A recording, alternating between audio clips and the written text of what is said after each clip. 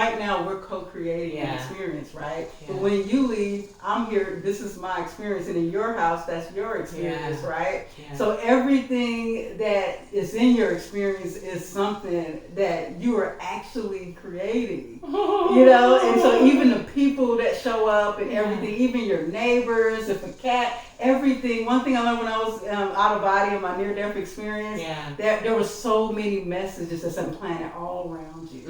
Like every little thing, just the way the leaf curls could be a message to you. Like everything. And so everything is a total reflection of you. And so these people that are around you, they're not really real.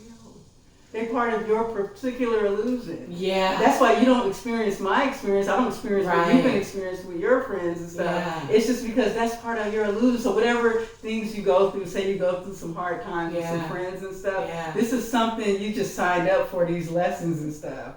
But at the same time, when you're done with it, you cut them off. I don't want to deal with them. Yeah. But they manifest because of you, the whole creation. And then when you meet another conscious being like myself, we come together to co-create. Yeah. And we co-create this whole experience together.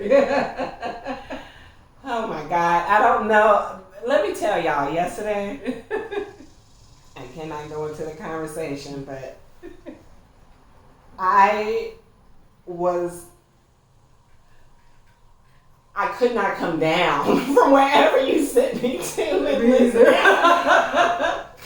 I was just like, oh my God, so particularly speechless. And to hear you say this is bringing me back to yesterday's moment of feeling like that, because what I saw as you were describing that was, Jesus, I know, it was so beautiful, and it really gave me confirmation. This is how I know everything is in alignment. It's like we're in our own world. We are. Mm-hmm. And it's like you're in your world, I am my world, but our worlds come together, and then we create this. And you said going back to the houses, and we have our experience. But other people that's in our world is our perception of them being in our world, and it's.